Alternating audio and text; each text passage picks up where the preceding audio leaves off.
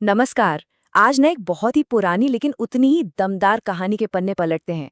ये कहानी है एक किसान की, उसकी गाड़ी की और उस छिपी हुई ताकत की, जो सच कहूं तो हम सब के अंदर कहीं ना कहीं मौजूद है। तो चलिए देखते हैं कि ये कहानी हमें मुश्किलों से निकलने का कौन सा नया रास्ता दिखाती है। तो कहानी शुरू होती है भारत के हरे भरे खेतों से, जहां अर्जुन नाम का एक किसान रहता था।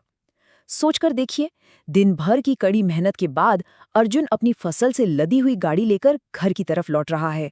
और तभी अचानक आसमान जैसे फट पड़ता है और मूसलाधार बारिश होने लगती है।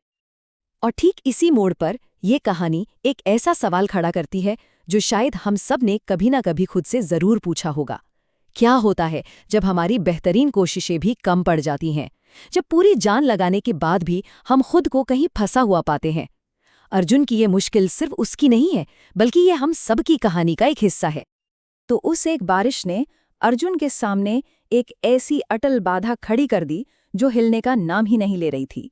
ये कहानी का वो मोड़ है जहां आगे बढ़ने के सारे रास्ते बंद नजर आने लगते हैं। जरा उस लाचारी के बारे में सोचिए। बारिश इतनी हुई कि रास्ता मानो कीचड़ की एक नदी बन गया हो, और अर्जुन की गाड़ी उसमें बुरी तरह धंस चुकी थी। उसने अपनी पूरी ताकत झोंक दी, लेकिन पहिए टस से मस नहीं हुए। ऐसा लग रहा था जैसे उसकी सारी मेहनत, सारी उम्मीदें उसी कीचड़ में डूबती जा रही थीं। अक्सर ऐसा ही होता है ना। जब अपनी ताकत जवाब दे जाती है तो इंसान ऊपर की ओर ही देखता है। और पूरी तरह से हताश हो चुके अर्जुन ने भी ठीक यही किया। उसने मदद के लिए प्रार्थना की। और ये सिर्फ एक प्रार्थना नहीं थी, बल्कि एक हताश इंसान की शायद आखिरी उम्मीद थी। उसने अपनी पूरी आस्था के साथ शक्ति के देवता हनुमान जी को पुकारा। वही हनुमान जो पूरा का पूरा पहाड़ उठाने के लिए जाने जाते हैं।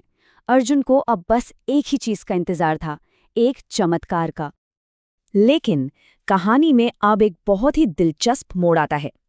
अर्जुन को उम्मीद तो एक चमत्कार की थी, पर वैसा कुछ हुआ नहीं। हनुमान जी की जगह उसके सामने एक तेजस्वी साधु आ खड़े हुए। ये जवाब उसकी उम्मीद से बिल्कुल ही अलग था। अर्जुन ने उन साधु के सामने अपनी पूरी लाचारी बयान कर दी। उसकी आवाज में वो थकान, वो हताशा साफ झलक रही थी। वो कह रहा था, लेकिन मेरी गाड़ी फंस गई है और मेरी हिम्मत जवाब दे रही है। वो अपनी सारी कोशिशें करके हार चुका था और उसे कोई रास्ता नहीं सूझ रहा था। और तब उन साधु का एक सीधा सा सवाल अर्जुन के सोचने का पूरा नजरिया बदलने के लिए काफी था। ये सवाल उसकी समस्या के बारे में था ही नहीं, बल्कि उसके समाधान खोजने के तरीके पर था। साधु का इशारा बिल्कुल साफ था कि वो जवाब ही गलत जगह ढूंढ रहा है। साधु के बस उसी एक सवाल ने जैसे समाधान का दरवाजा ही खोल दिया।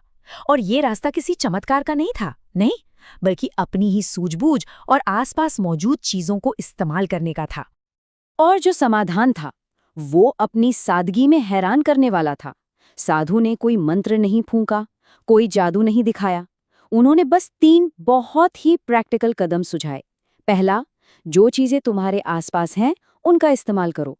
दूसरा, पहियों के नीचे पत्थर रखकर उन्हें सहारा दो। और तीसरा, एक नए संकल्प के साथ फिर से धक्का दो। और बस इतना सा सरल उपाय काम कर गया। साधु के दिखाए रास्ते पर चलकर अर्जुन ने अपनी ही हिम्मत और अपनी ही सूझबूझ से गाड़ी को कीचड़ से बाहर निकाल लिया।